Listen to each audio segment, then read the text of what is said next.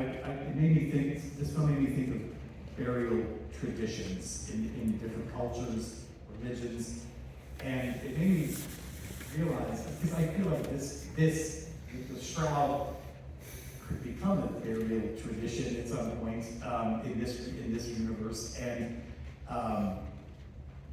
but burial traditions are really for the people that are left behind. They're not for the dead people. Don't know that they're being buried like that, and I don't know if it's a comfort. I guess it all goes back to that idea that we all want to be buried with our loved ones, maybe, and don't want to be left behind. No, because they nag us, you know.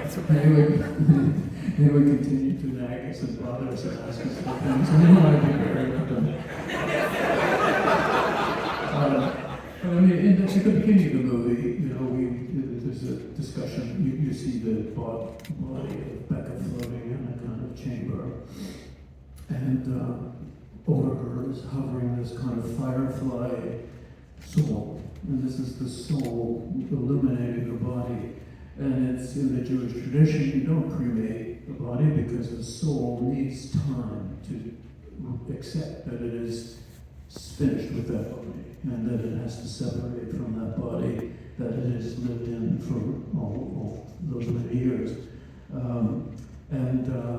Ultimately, the soul, as the body decomposes, accepts that this person no longer exists and can then ascend to heaven. This is the Jewish tradition. I, as an atheist, I don't take that literally, but I did think it was a beautiful metaphor for the emotional necessity to find a way to separate. And it occurred to me, really just in talking to people about the film, that in a way, Karsh is that soul. He is that firefly soul that is hovering over Becca's body and needing it to decompose and needing to see it decompose so that he can accept that she is no longer exists as she did before.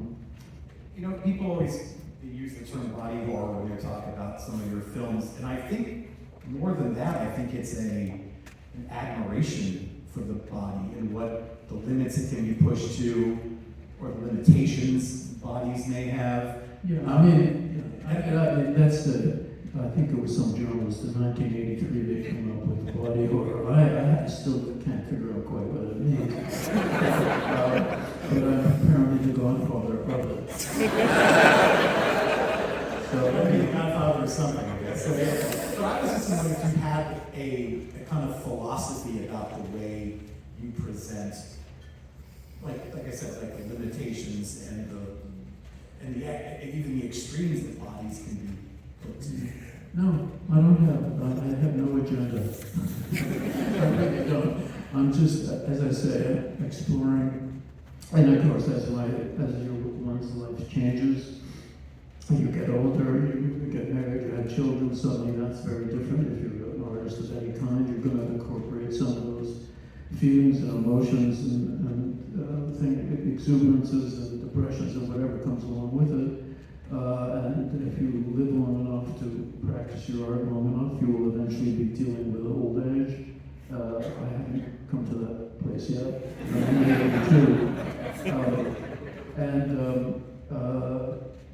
But that's it. You know, I don't really have a philosophy of the body per se, other than to say that it is what we are. I mean, that's pretty heavy, I guess, for some people.